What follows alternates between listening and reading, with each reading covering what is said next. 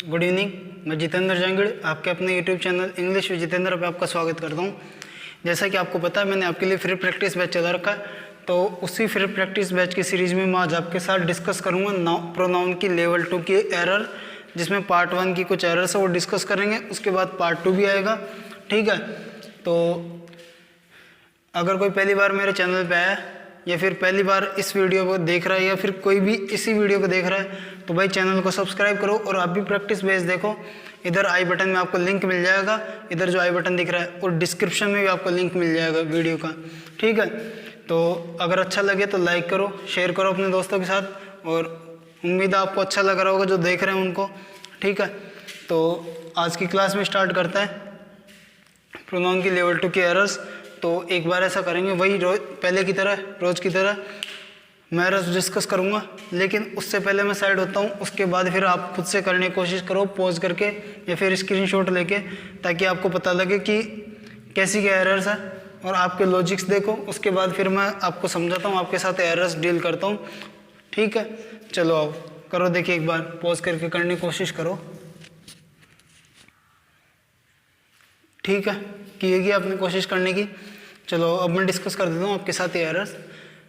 ठीक है, हो सकता है कि आपको आंसर पता हो अधिकतर को, लेकिन फिर भी समझने की कोशिश करना, थोड़े से लॉजिक्स देने की कोशिश करूँगा आपको। ठीक है, चलो आओ। India is one of the film leading country in the world. इसमें क्या गलती है? इसमें गलती है ये, कंट्री की जगह आएगा कंट्रीज़, कंट्री की जगह आएगा कंट्रीज़, कंट्री की जगह आएगा कंट्रीज़। क्यों? समझने की कोशिश करना। देखो रूल तो ये है, ईच ऑफ, इधर of, one of, A friend of, जब भी ये आए एवरी वन ऑफ, इनके बाद में लगता है प्लूरल नाउन या फिर प्रोनाउन, इनके बाद में लगता है प्लूरल नाउन या फिर प्रोनाउन। लेकिन थोड़ा सा लॉजिक देने की कोशिश करता हूँ आपको। ये क्या कहना चाह रहा है सेंटेंस देखो एक बार, कि इंडिया उन फिल्म लीडिंग कंट्रीज़ में से एक है। इंडिया वर्ल्ड की फिल्म लीडिंग कंट्रीज़ में से एक है। ठीक है, तो यह किन की बात हो रही है? एक कंट्री की बात हो रही है या फिर ज़्यादा कंट्री की बात हो रही है? बात हो रही है ज़्यादा कंट्री की, एक से ज़्यादा कंट्री की, कि बहुत सारे कंट्रीज़ में से इंडिया भी एक है फिल्म लीडिंग कंट्रीज़ में से। तो इसलिए हमें लगाना पड़ेगा यहाँ कंट्री की जगह कंट्रीज़, कंट्री को करना पड़ेगा कंट्रीज़। ठीक है, और देखो एक चीज़, यह है वन ऑफ एक सिलेक्शन का केस है यहाँ पे, यह है वन ऑफ सिलेक्शन का केस यहाँ पे।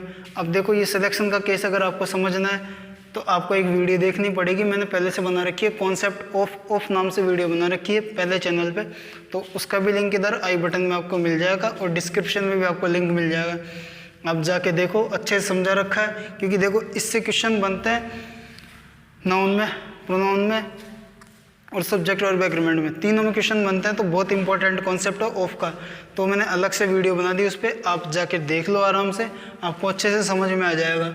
ठीक है, अब आओ अगले सेंटेंस पे। The teacher said to the boys that one ought to work hard to earn living, to earn one living. इसमें क्या गलती है? इसमें गलती है ये, इसमें गलती है भाई ये। ठीक है, वन की जगह आएगा वंस। क्यों? टीचर ने क्या कहा स्टूडेंट से, बॉयज से क्या कहा कि कोई भी अगर इंसान, कोई भी कि प्रत्येक इंसान को हार्ड वर्क करना चाहिए अपनी आजीविका कमाने के लिए, कि प्रत्येक इंसान को अपनी आजीविका कमाने के लिए हार्ड वर्क करना चाहिए। यहाँ लिविंग का मतलब है आजीविका, यानी रोजी रोटी। ठीक है, तो यहाँ लिविंग पे पोजीशन बनाना है वन का, तो वन को करो पॉजिटिव केस में चेंज। ठीक है, आ गया समझ? अब आओ अगले सेंटेंस पे।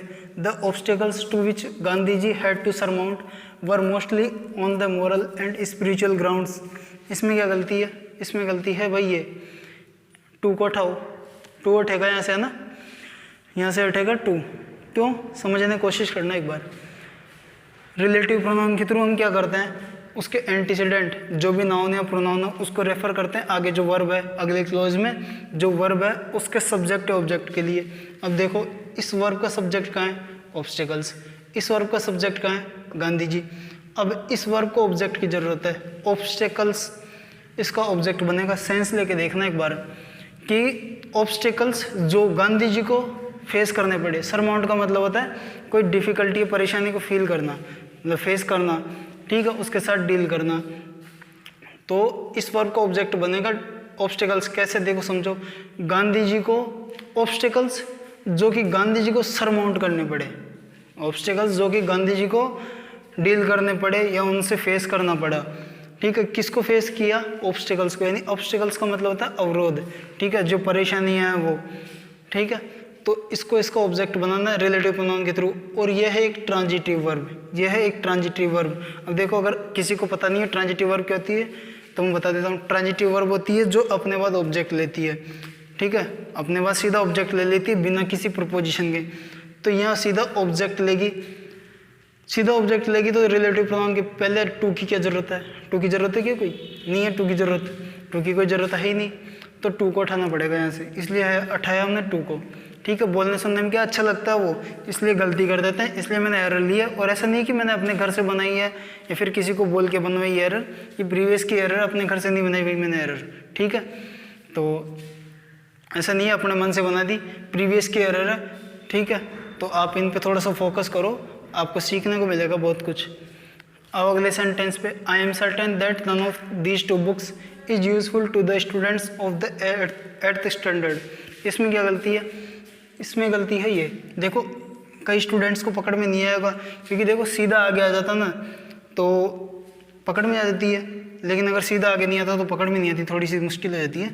हालांकि मुश्किल कुछ है नहीं, ईजी है ये। नन की जगह आएगा नीदर, क्योंकि नन ऑफ के बाद में नीदर ऑफ के बाद में आता है टू, और यहाँ बात हो रही है टू की, और दो के लिए लगता है नीदर, और दो से ज़्यादा के लिए लगता है नन। अब देखो कन्फ्यूजन कैसे होता है, कन्फ्यूजन ऐसे होता है, नन ऑफ के बाद में आता है प्लूरल नाउन या फिर प्रोनाउन, नन ऑफ के बाद में यहाँ प्लूरल नाउन आ गया, सिंगुलर वर्ब आती है, सिंगुलर वर्ब भी आ गई, तो थोड़ा सा कन्फ्यूजन हो जाता है। इसलिए देखो यहाँ थोड़ा सा ध्यान रखना, गलती हो सकती है आपसे, प्रीवियस की एरर है ये, गलती करवाई हुई है पहले से, ठीक है। तो आगे भी हो सकता है आपसे ऐसी गलती करवा दे। तो टू की बात हो रही है, टू के लिए लगाओ नीदर, ना कि नन। अब आओ अगले सेंटेंस पे, I will encourage every one of my students to pursue the path of honesty in their lifes. इसमें क्या गलती है? इसमें गलती है ये, दियर लाइफ्स है, उसकी जगह आएगा हिज लाइफ, इसकी जगह आएगा हिज लाइफ। क्यों? ये क्या कह रहा है देखो, समझो, देखो एक चीज़ समझना, जब भी एवरी वन ऑफ उसके बाद प्लूरल नाउन होता है तो आगे अगर इसी की बात हो रही है, जब आगे इसी की बात हो रही है तो सिंगुलर वर्ब लगती है, लेकिन देखो यहाँ वर्ब का कोई रोल है नहीं। लेकिन अगर आगे इसी की बात हो रही है और कोई पजेसिव एडजेक्टिव यूज हो रहा है, अगर आगे इसी की बात हो रही है इसी के बारे में और पजेसिव एडजेक्टिव यूज हो रहा है, तो पजेसिव एडजेक्टिव इसके अकॉर्डिंग यूज होगा, हिज। अब देखो बीच में आ गया, इसलिए थोड़ा सा पकड़ना आपके लिए मुश्किल हो गया। तो देखो मैं समझाता हूँ आपको, एवरीवन ऑफ के बाद ही आ गया, ये क्या कहना चाह रहा है, सेंस से समझते हैं कि मैं अपने स्टूडेंट्स में से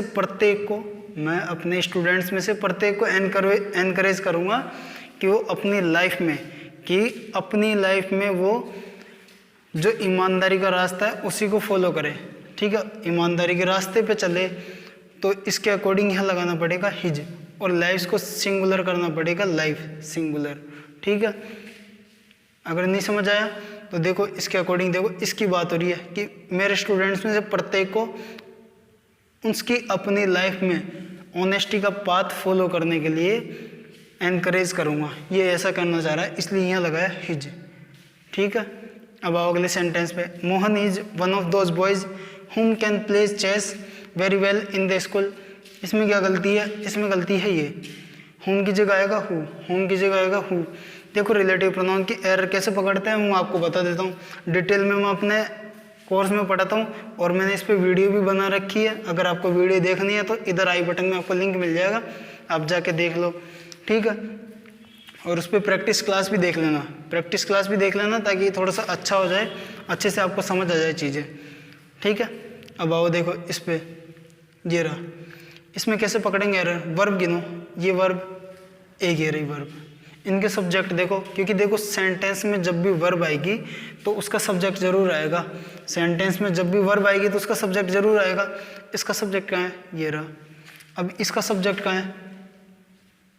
और इसका सब्जेक्ट ये, हमने क्या लगा रखा है? Objective case. तो ऑब्जेक्टिव केस को करो चेंज सब्जेक्टिव केस में, ऑब्जेक्टिव केस को करो चेंज सब्जेक्टिव केस में, ठीक है। अगर सब्जेक्ट के रूप में किसी नाउन या प्रोनाउन को किसी रिलेटिव प्रोनाउन के थ्रू, अगर किसी नाउन या प्रोनाउन को किसी रिलेटिव प्रोनाउन के थ्रू किसी वर्ब के सब्जेक्ट के रूप में रेफर करना हो तो सब्जेक्टिव केस लगाया जाता है। और अगर ऑब्जेक्ट के रूप में ऑब्जेक्ट के रूप में रेफर करना हो तो लगाया जाता है ऑब्जेक्टिव केस, और यहाँ सब्जेक्ट के रूप में लगाया गया है तो सब्जेक्टिव केस लगाओ यहाँ पे, ठीक है। आओ अगले सेंटेंस पे, just before the race I asked him whom he thought was going to win। इसमें क्या गलती है? इसमें गलती है वही ये, देखो वर्ब गिनो वापस से, वही रिलेटिव प्रोनाउन का केस है। Verb 1, verb 2, verb 3। इस वर्ब का सब्जेक्ट, हर वर्ब का सब्जेक्ट आएगा सेंटेंस में। इस वर्ब का सब्जेक्ट ये रहा, इस वर्ब का सब्जेक्ट ये रहा, इस वर्ब का सब्जेक्ट कहाँ गया? इस वर्ब का सब्जेक्ट बनेगा ये। तो इसको रिलेटिव प्रोनाउन को whom को चेंज करो सब्जेक्टिव केस whom में, इसको चेंज करो whom से whom में, ठीक है। चलो अगले सेंटेंस पे, Avinash and his friend were walking towards the station when they met his common friend. इसमें क्या गलती है? इसमें गलती है भाई ये, हिज की जगह आएगा देयर, हिज की जगह आएगा देयर। क्यों? अविनाश और उसका दोस्त जब स्टेशन की तरफ घूम रहे थे ना, वॉक कर रहे थे, तब वो अपने कॉमन फ्रेंड से मिले। तब वो किससे मिले? उनके कॉमन फ्रेंड से। कॉमन फ्रेंड कब होगा? जब दो लोगों का फ्रेंड होगा। जब इन दोनों का ही, अगर वो कोई इंसान जिससे मिले वो इन दोनों का ही फ्रेंड होगा अलग अलग, तब जाके वो कॉमन फ्रेंड होगा। तो फ्रेंड होगा दोनों का कॉमन, ना कि अकेले का। तो दोनों के हिसाब से लगाना पड़ेगा प्लूरल पजेसिव एडजेक्टिव देयर, ना कि हिज, ठीक है। और अगले सेंटेंस पे, this type of product is not available in any of the shop in the market round plaza. इसमें क्या गलती है? इसमें गलती है ये, शॉप की जगह आएगा शॉप्स, शॉप की जगह आएगा शॉप्स। क्यों? एनी ऑफ, ईच ऑफ, इधर ऑफ, इनके बाद में आता है प्लूरल, ठीक है। इनके बाद में आता है प्लूरल नाउन या फिर प्रोनाउन, तो शॉप को करना पड़ेगा शॉप्स। देखो ये भी प्रीवियस की एरर है, ठीक है। अब मुझे नहीं पता कि कौन से एग्जाम की एरर है कि ये, क्योंकि मैं ऐसा नहीं कि सिर्फ एसएससी के एरर उठाता हूँ, मैं एनडीए, बैंक, एसएससी जो भी है एसएससी के एग्जाम ओरिएंटेड एरर है वो उठा लेता हूँ मैं, ठीक है, और वो आपको प्रैक्टिस करवा देता हूँ। ऐसा नहीं है कि मैं इस पर एरर भी लिख दूँ एसएससी सीजीएल 2017, एसएससी 2017, और आपको लगे कि हाँ देखो सर को तो डेट भी याद है, ऐसे हवा बनाऊँ। भाई मैं ऐसे हवा नहीं बनाता, फालतू की हवाबाजी नहीं करता, उसमें कंटेंट पे ध्यान देता हूँ और बस कंटेंट आपके लिए ले आता हूँ बढ़िया, बस ज़्यादा नहीं। फालतू की हवाबाजी है यार, ये पता नहीं क्या क्या ऐसे लोगों को लगता है, क्यों फालतू हवाबाजी करते हैं। मैं तो नहीं करता, देखो भाई, ठीक है। तो मुझे नहीं पता कौन से एग्जाम की एरर है, बस ये एरर है प्रीवियस की, ठीक है। अब आओ अगले सेंटेंस पे, one must use his efforts, his best efforts if one wishes to succeed. अगर कोई भी सक्सेस होना चाहता है ना, तो उसको अपने बेस्ट एफर्ट्स यूज़ करनी चाहिए। अगर कोई भी सक्सेस होना चाहता है तो उसको बेस्ट एफर्ट्स यूज़ करनी चाहिए अपने। तो इसमें ये गलती है, ये हिज की जगह आएगा वंस, हिज की जगह आएगा वंस। देखो कईयों के मन में कन्फ्यूजन पैदा हो रहा है कि सर हिज ही सही था, क्यों वंस लगाया। देखो समझना, यहाँ वन है एक इंडेफिनेट प्रोनाउन, वन है एक इंडेफिनेट प्रोनाउन, कि ये इन जनरल बात कर रहा है कि अगर कोई भी आदमी सक्सेस होना चाहता है ना, तो उसको अपने बेस्ट एफर्ट्स यूज़ करनी चाहिए। तो इन जनरल बात कर रहा है इंडेफिनेट प्रोनाउन है, और इंडेफिनेट प्रोनाउन को इंडेफिनेट प्रोनाउन यूज हो रहा है, तो जब पजेसिव एडजेक्टिव लगाना पड़ेगा कहीं, अगर पजेसिव एडजेक्टिव लगाना पड़ेगा, उसी के इंडेफिनेट प्रोनाउन के बारे में बात कर रहे हैं, ठीक है। तो इंडेफिनेट प्रोनाउन का ही पजेसिव केस लगाना पड़ेगा। जब सेंटेंस में इंडेफिनेट प्रोनाउन लगा हो वन, और आगे जाके उसी की बात हो रही हो और उसी के रिलेटेड पजेसिव एडजेक्टिव लग रहा हो, उसी से रिलेटेड पजेसिव एडजेक्टिव लग रहा हो, तो इंडेफिनेट प्रोनाउन का ही पजेसिव एडजेक्टिव केस लगाया जाता है, इसलिए हिज गलत था। अब आओ अगले सेंटेंस पे, इस पे आओ, let you and I go to the station, go to the airport to welcome our beloved friend. इसमें क्या गलती है? इसमें गलती है ये, आई की जगह आएगा मी, आई की जगह आएगा मी, आई की जगह आएगा मी। क्यों? समझना एक बार।